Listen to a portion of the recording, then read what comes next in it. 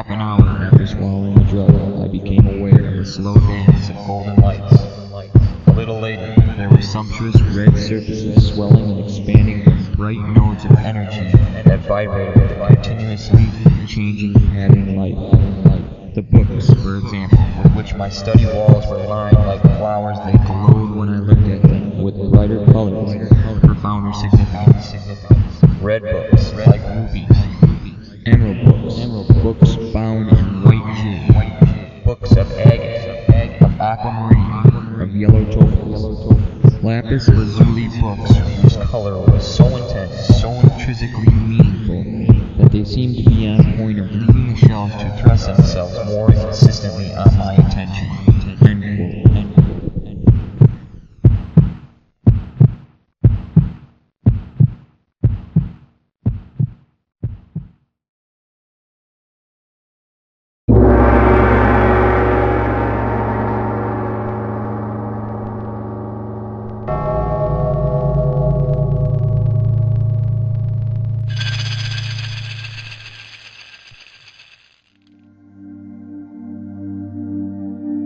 Aldous Huxley went on to say that mind-altering substances, when administered in the right time and place, can lead to a mystical experience. He believed that a religious revival would come about through further experimentation with hallucinogens, and also stated that drugs would make it possible for a large amount of people to achieve radical change in how they live their lives, and that they would attain a deeper understanding of the nature of our universe. There are various rituals and religious practices through the use of entheogenic plants and substances. Shamanism is a practice in which most cases the shaman will use entheogens to obtain the state of ecstasy. A shaman serves as a priest, mystic, poet, and doctor to the tribe. There are many ways for a shaman to obtain the state of ecstasy. Not all shamans from different cultures use entheogenic plants or substances to obtain ecstasy, but all of their practice hopes to give rise to ecstasy. Fasting, drumming, abstinence, and the manipulation of breath are all methods to obtaining trance-like states necessary to shamanism. None of these practices are as effective, none of these are as ancient, and none of these activities are absolutely overwhelming as the use of entheogenic plants and substances that produce mind-altering effects and visions.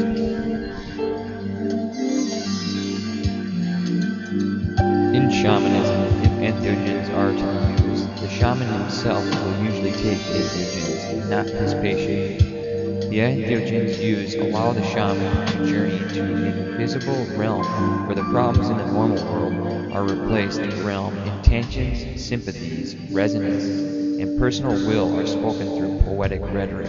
In the mind of the shaman, ordinary connections to the world and what we call natural laws are ignored.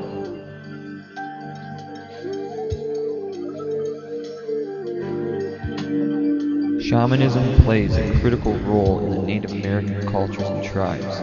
Native American peyote ceremonies are conducted by the shaman of the tribe. For centuries, peyote has been eaten as a part of certain religious rituals. The ceremony continues to serve as it did in ancient times and is used whenever the need for spiritual guidance arises.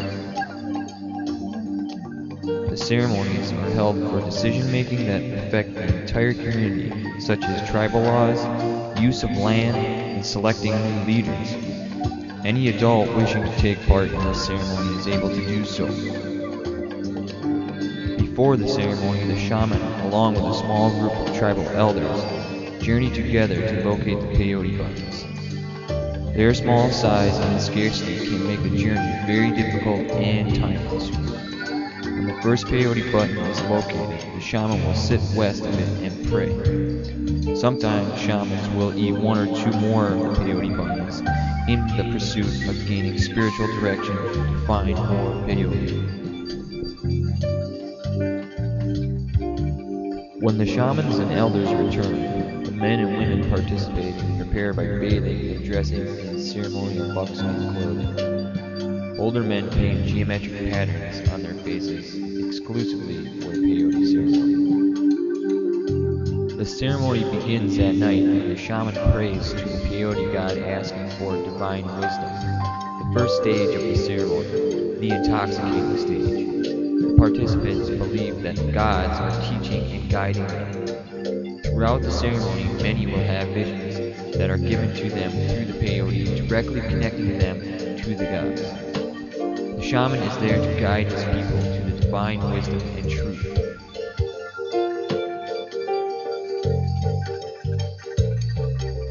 Towards the end of the ceremony, when the effects lessen, there is time for reflection on what the plant has taught them as an individual and their experiences as being one with the group, with nature, and the gods, usually followed by more discussion on tribal needs and interests. In the last stage of the ceremony, the shaman delivers his decision on whatever guidance was needed at the time, thus the reason for the ceremony. Mescaline is the active ingredient in peyote which causes the entheogenic effects and is still widely used today throughout Native American tribes.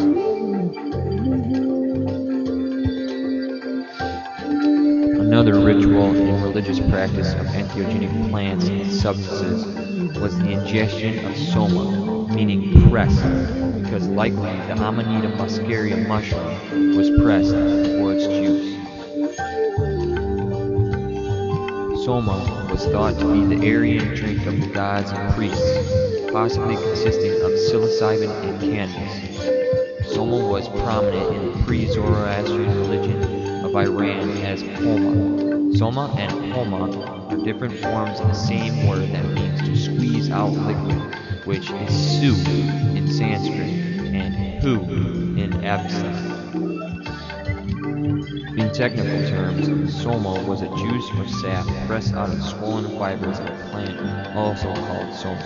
But this is still debated today because it is more likely that the Amanita Muscaria mushroom is the soma source.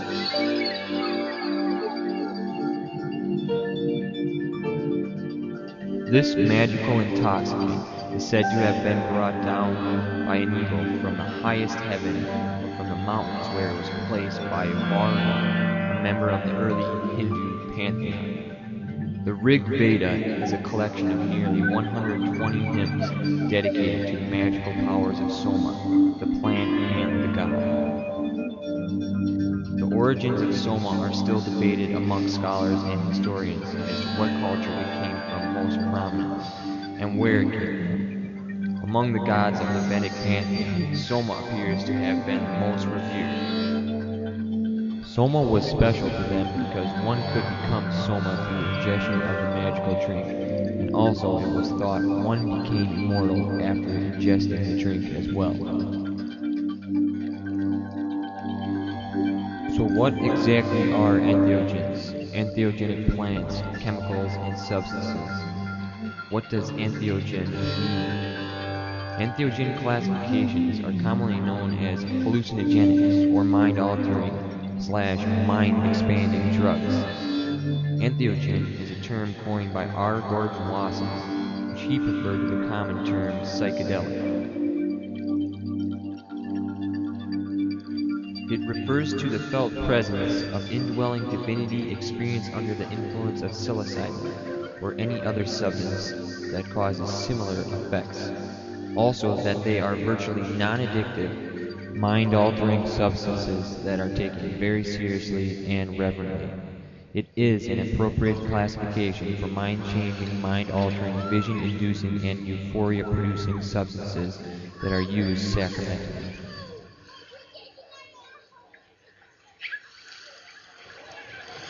Psilocybin or mushrooms, cannabis or marijuana, mescaline or peyote, lysergic acid diethylamide or LSD, and any other plant or chemical substance that have similar effects, all fit into the category of entheogen.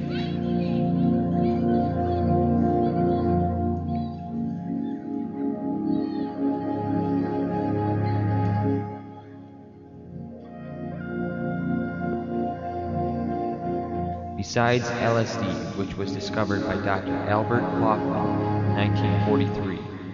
These entheogens have been around for as long as we know. They are now common names of what our society likes to call drugs, and attached to them is a bunch of negative connotations that are mostly not true. Unfortunately, today in our society,